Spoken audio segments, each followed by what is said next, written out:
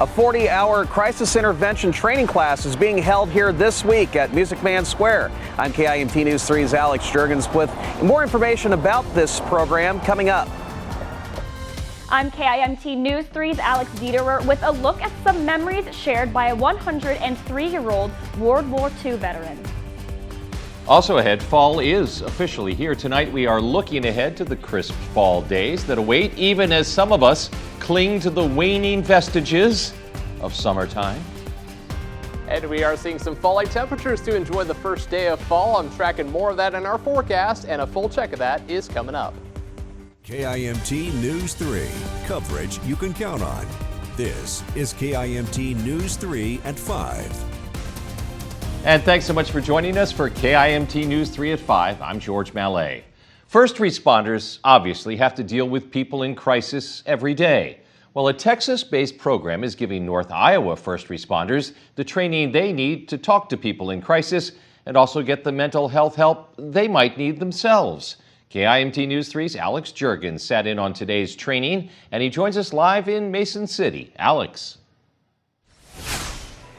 Yeah, George, dealing with someone who may be suffering from depression or might be thinking suicidal thoughts is not exactly easy. Well, this week, the Solution Point Plus program is giving first responders real practical training. For Rebecca Barrett, this week-long course is extremely valuable. We're continuing to sharpen our skills, learning about crisis response and continuing to work on de-escalating our clients that may have severe mental health issues. Included in this training is a dose of role play. It's really teaching us, honing those skills that we learned in the classroom, and then we're giving critiques on how we do on our role plays to get better. The Solution Point Plus program teaches first responders to de-escalate a crisis and get help to those who need it. Co-founder Jesse Trevino is both a U.S. Marine Corps vet and a mental health officer. He suffers from PTSD himself. We have seen tremendous change, and I think it's significant that police officers are helping people that are having major issues, and they were struggling in places like Iowa. Trevino is proud of the program's impact. When we leave within 1 month, we always have at least one story of a great outcome, and they're proud to share it. In addition to police officers and deputies, nurses, victims advocates, and other mental health professionals are also in attendance at this week's training. Live in Mason City, Alex Jurgens, KIMT News 3. Thanks, Alex. Now, this is the first time this program has taken place there in Mason City. Well, today kicks off the first official day of fall, and it is starting to look and really feel like it out here in southeast Minnesota.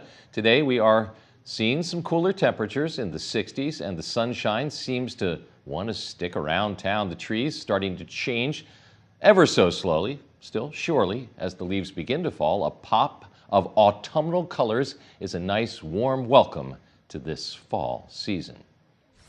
And on that note, why don't we check in with KIMT Storm Team 3 Chief Meteorologist Aaron White. And Aaron, when I was pedaling north on the Douglas Trail today, probably about 10 o'clock in the morning, and it was downright chilly. Yeah, it was cool out there. But by the time I was coming back, it was sun on my face, wind at my back, fantastic. Yeah, not a bad day. I mean, that sunshine, really helped to warm us up into the 60s this afternoon. After a cool start, we dropped down to 43 this morning, so it definitely was chilly as we started off our morning today. Now, as we're talking about fall, since it is officially here, let's talk about fall colors and really what goes into the overall change of the colors. So when we go into the spring and summer months, we see a lot of that green. Well, that's because with photosynthesis and the sun, we see a lot of chlorophyll, the chemical that turns the leaves green. That becomes rather prevalent across the areas we see that chemical become more dominant.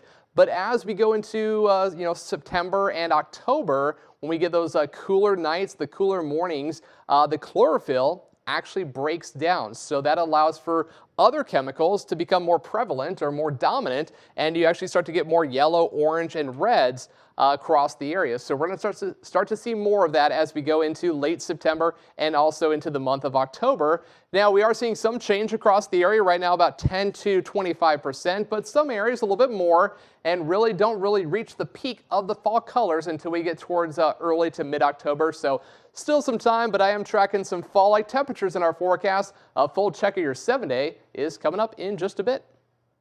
Aaron Steven Spielberg White with the special effects.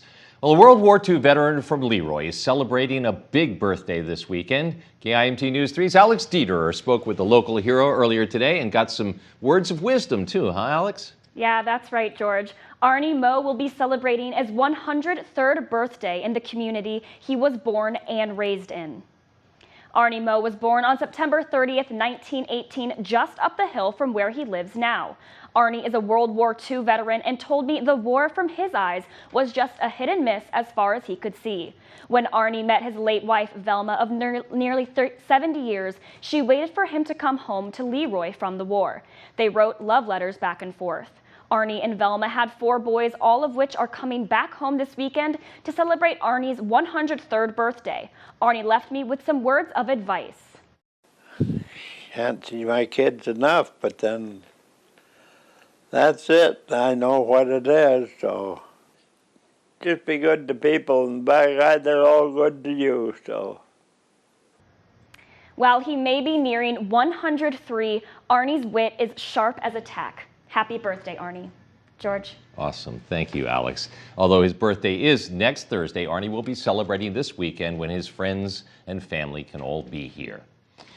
The Minnesota Department of Health is reporting 1,642 new COVID-19 cases and 14 more deaths. That is bringing the state's total positive case number to 692,029 and the death toll to 8,025 since this pandemic began. The positivity rate remains at 6.8% for the second day in a row after it reached 7.1% earlier this month. Almost 70% of Minnesotans 16 and older and 91% of seniors are now fully vaccinated. Still to come, you can win a 2-year lease with Rochester Motor Cars, how you can provide a positive, sustainable change for Olmsted County and win at the same time. Plus, how you can get involved with the Byron Fire Department and Byron First Responders and put on some turnout gear. We've got the details in a moment. An operation budget and tax levy are moving closer to full approval by the Rochester City Council. I'm KIMT News 3's Jessica Bringy, live with when that final approval is expected. KIMT News 3 at 5. Your local news with KIMT News 3's Amy Fleming and George Mallet. Tracking storms with Storm Team 3 Chief Meteorologist Aaron White. This is KIMT News 3. More local news that is happening now from your community. We are coverage you can count on.